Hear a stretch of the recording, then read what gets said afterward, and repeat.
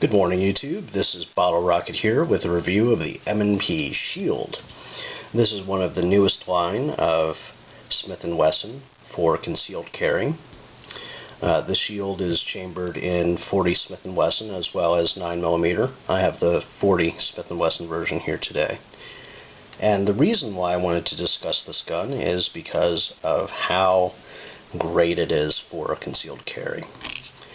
So one of the things that drew me to it initially was the width. This handgun is 0.95 of an inch wide. Now, if you want to get a comparison to that, there are a fair number of people who own Glocks. This is the Glock 26.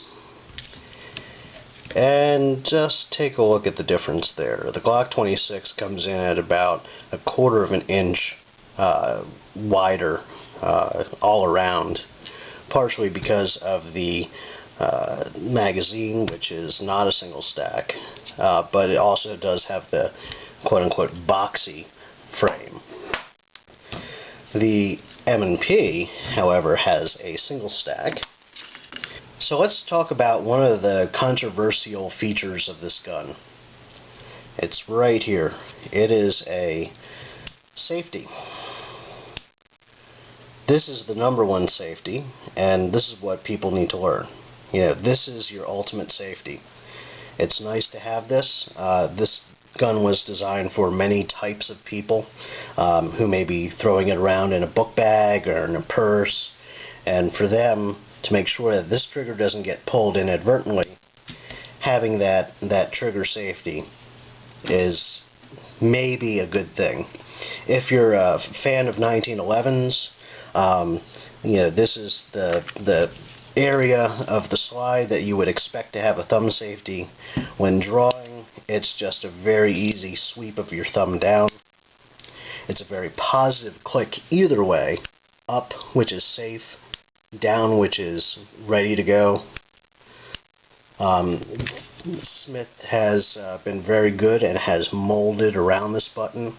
So if you're fumbling around, you're not going to push this up inadvertently. You really have to go ahead and definitely push that up. It's not something that people are going to do by mistake.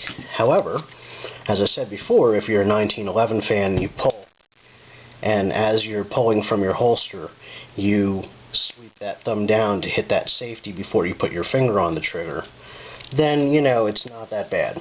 I personally leave it in the off position. I like to have no safety except this, especially if I have to take this from a concealed location to defend myself.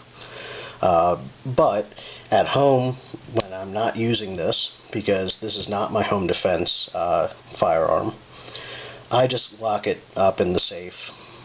There's no real reason, but that's just what I do with it. Alright, so let's talk about something that really bothered me at first, and still I don't have,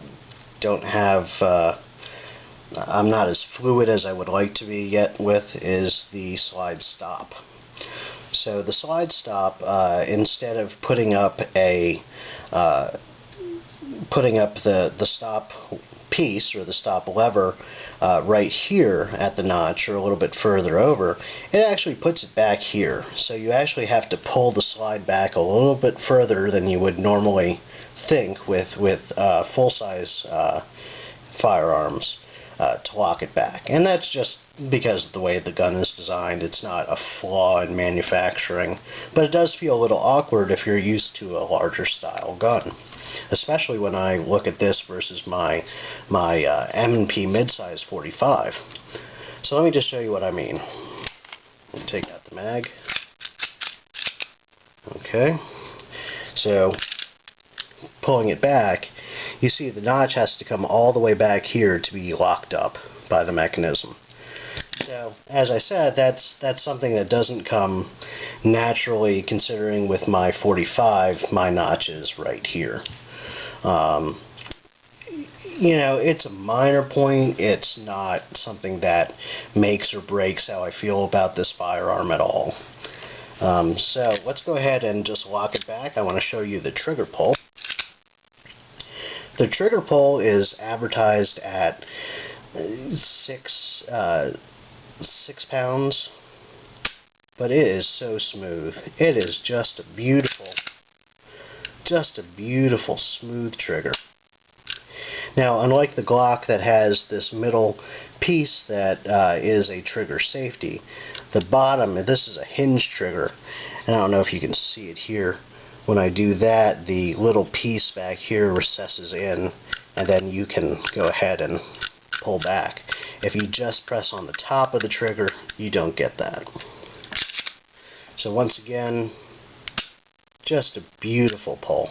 And then when it resets a little bit closer in, so you don't have to let the trigger all the way back out. It's just a really nice feel, and it's a nice solid thick trigger.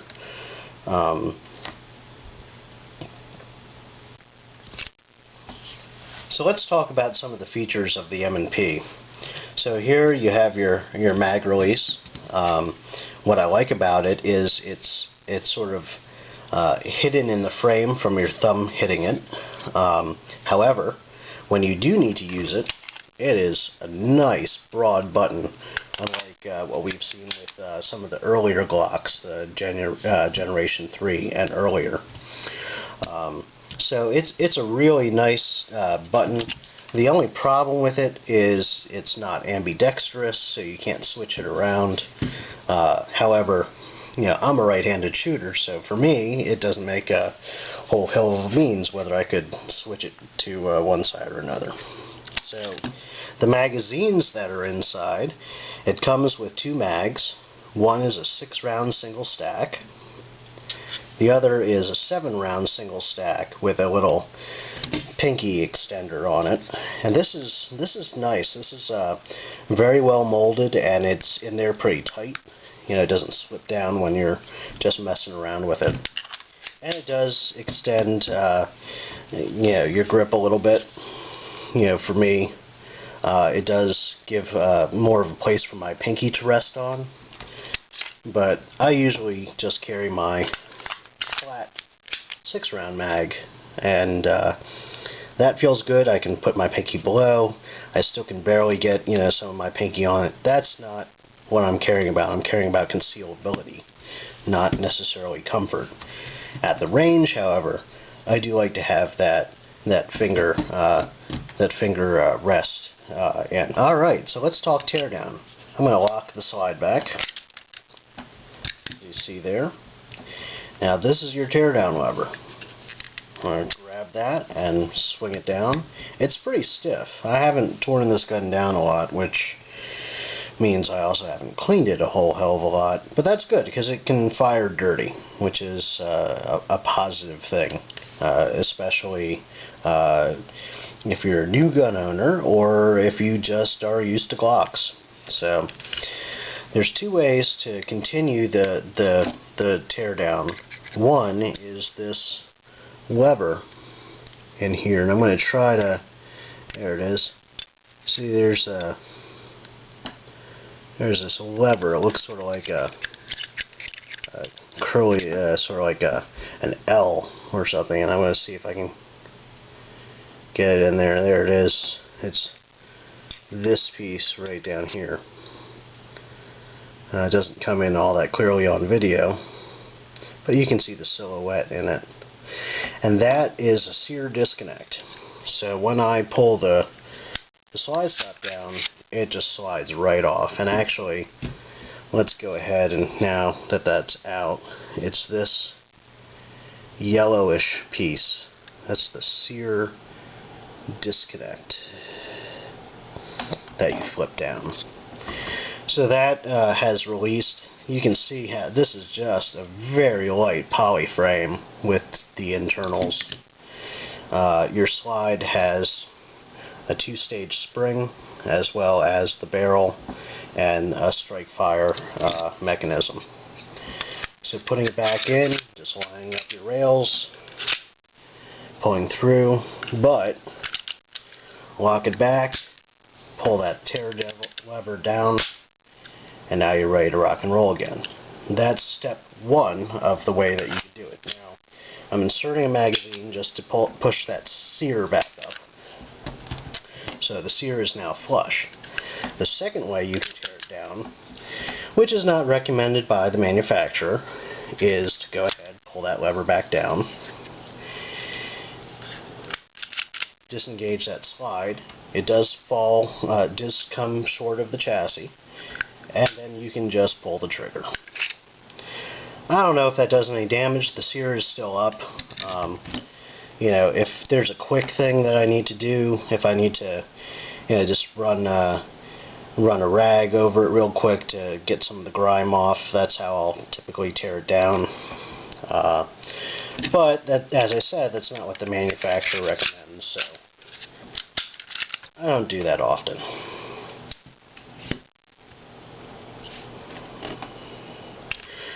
So I did want to go ahead and give another plug for my sticky holster here. I bought this on a whim at a local gun shop here, and I didn't think that it was going to fit my gun like a glove, but this MD2 sticky really does a great job. On the inside it's very slick, on the outside it really grabs that pocket well.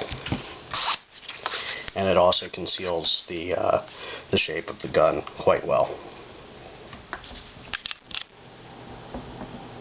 So let's talk about sighting. So one of the nice things with the Shield, it has these two dovetail sights. You can see there's the Allen wrench external for the back sights, and then for the front sight it's all in the internal. It's a 3-dot system, which, you know, I'm more of a fan for the Glock's tactical sighting system, but you know, these are fine for what I need. I'm going to go ahead and put some tritium in there and trick them out a little bit. One thing that has come up that I've seen from other reviews is that little white dot on the inside for repeated fire has popped out. That hasn't happened to me yet, but yeah, who knows? We'll see. I'm not going to wait for that to happen. I'm going to go ahead and put these in a bag and put on some tritium sights. So that pretty much is my review of the M&P Shield.